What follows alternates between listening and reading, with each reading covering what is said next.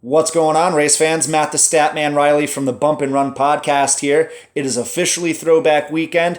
If you do listen to our show, first of all, thank you. Don't forget to like, share, subscribe our YouTube page. Go find us on Twitter and give us a follow over there. We try to be as entertaining as we possibly can. That is at Bump and Run Pod on Twitter. That's at Bump, the letter N, Run Pod on Twitter. Go give us a follow, and hopefully we're a good follow for you guys. So it is a rainy Saturday here in Pennsylvania, which is actually okay. There is a ton of racing going on, not just with cars, but with horses as well. It is the Kentucky Derby today. We've got qualifying going on right now for the Cup Series. Practice just wrapped up a few minutes ago. I'm doing this during qualifying because I saw what I needed to see in practice as far as gambling goes, as far as our picks and whatnot. I don't put too much stock into qualifying, even though sometimes maybe I should. I really don't. I never have. I think last year with no practice in qualifying, I think it proved that it wasn't that big of a deal. So let's get into it. A couple practice notes. Chase Elliott, a couple big names spun out. Chase Elliott spun out and destroyed his car. He's not having a great weekend so far. After he won at Dover last weekend, he started out by not being able to qualify for the Xfinity race yesterday. That car does not have owner points, which means he is not able to race in the Xfinity Series. It's a huge bummer, being a Chase Elliott fan. And then he spun and destroyed his car in practice, his Cup car in practice. So he's going to be starting from the back. He will not be qualifying. He's using Hendrick Motorsports only backup. That I don't put too much stock into that as well. They're only about 2.5 hours south of Charlotte. If something should happen during qualifying to one of the other Hendrick Motorsports cars, they can probably get something down here before the race tomorrow. So anyway, Kevin Harvick, he's replacing his diffuser. He's also not qualifying. He'll be starting from the back too. So a couple big names automatically right off the bat starting from the back. It'll make the race really interesting. Two guys that are probably have a decent shot to win this race. I'll get into why I think so a little bit later on. Austin Cindric was your fastest. Brad Keselowski right at the end of practice, he spun. It looked like he was trying to practice pit road speed and he spun coming in. So he's just trying to find those limits. He needs some luck on his side. Corey LaJoie spun as well. So one thing Boyer said during the Fox broadcast is that these cars are hard to handle. It seems like it reminds him of when he first started racing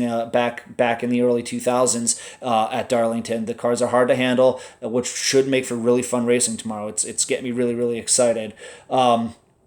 As Kyle Busch just jumped up to the top of Group A Round 1 there for qualifying.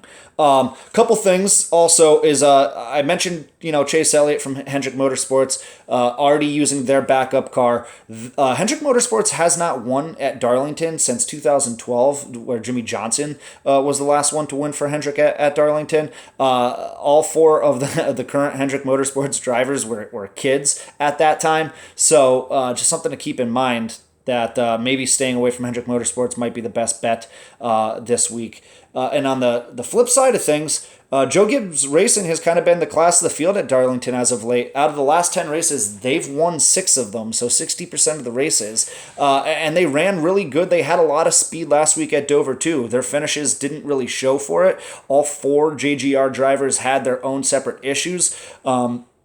But they all had speed. All 4 of them could have made a case for winning that race last week. So I'm high on JGR. I didn't pick JGR, but Whitey did. He picked Kyle Busch, actually, and we'll just get right into it. Our picks from the podcast from this episode earlier this week. Like I said, Kyle Busch, Whitey picked Kyle Busch, which is a really, really solid pick. He's got 1 win there. He's got 6 top 5s there in the last 20 races. He's got 13 top 10s. So 65% of the races that Kyle Busch has run at Darlington, he's finishing inside the top 10. The Fanduel are the odds that I'm going to be providing here for you. Fanduel has him at plus 1,000 as of now. Like I said, qualifying is still going. All of these odds are probably going to change a little bit. But plus 1,000 for Kyle Busch, which means $10 gets you $100 if Kyle Busch wins the race. I really, really like those odds.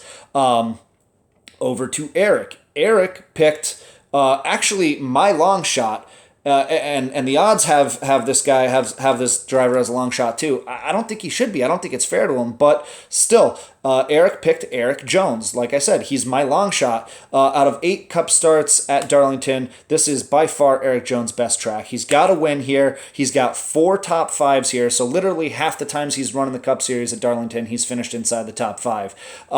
He's been running really, really well. He ran really well again at Dover last week. He got himself a top 10 finish. He's plus 3,400 on DraftKings as of right now, so $10 wins you $340 if Erik Jones wins. I really, really like those odds. If not for a win, a top 3, or even a top 5, I think you're safe betting that as long as he stays out of trouble. And then my bet, which I felt safe about, 12 hours ago, was Harvick. But like I said, he's replacing his diffuser. He's starting from the back. He's not qualifying, so pit road selection is going to be a problem for him. But I still like what Harvick has done throughout his career at Darlington. This is a really, really good track for him. He's got 10 top 5s out of the past 20 races at Darlington for him. Literally half the time he's run at Darlington, he's finishing in the top 5, and he's got his 3 wins there as well. So he knows how to get around this track. This track is tough. It's slick. It's not a wide racing surface. So I think the veterans are primed to flex their muscles here this weekend. Harvick is technically, I guess, a long shot according to the odds makers at Fanduel's. He's plus 1,600, so $10 wins you $160. I would jump on that before those odds change. I really, really like Harvick here. He's been consistent. He's Mr. Consistency, like I said in the podcast, and I think he's due. If you're a listener of our show, a steady listener of our show, you know at the beginning of the season, I said that Harvick wasn't going to win a race, and I already feel like I'm going to be wrong with that one. So we will see. We didn't do the head-to-heads for at the end of the show. So Eric and Whitey gave me their picks. I'm going to go over those really quick, and hopefully we can win you guys some money here. So the first head-to-head is Martin Truex Jr. versus Denny. Like I said, the JGR guys are really, really good here. Martin Truex Jr. won the spring race last year here. All 3 of us are on Martin Truex Jr. for that head-to-head. Next head-to-head is Chris Buescher versus Ricky Stenhouse. All 3 of us are on Buescher. Buescher's really, really consistent. He's one of those solid value picks if you do your daily fantasy on DraftKings or Fanduels or whatever. It's he's always a really, really good value pick. I think Chris Buescher is just running a little more consistently than Ricky Stenhouse. Yes, Ricky did finish second last week, but I think all 3 of us still like Buescher in that one. Next one is Kyle Busch versus Ross Chastain. This one was super interesting. Eric took Ross, which is not a bad pick, and this one was probably the hardest for me to decide. But again, like I said, I really think the veterans are going to flex their muscles here, and so Whitey and I both went with Kyle Busch on that pick. And then the last head-to-head is old Slick Willie 2 Clocks, William Byron versus Ryan Blaney, the 2 young guns. Like I said, Hendrick Motorsports has not been the best here. So I think that's kind of what my thought process is there. And then apparently it is with Whitey and Eric as well. All 3 of us are on Blaney with that pick. So we have a lot of agreeing this week. So sorry to be boring on that one. But hopefully all this wins you guys some money. Let us know. Comment your picks, who you guys think is going to win. What some of the value picks that you guys think for fantasy racing. Comment on the YouTube page and let us know your opinions.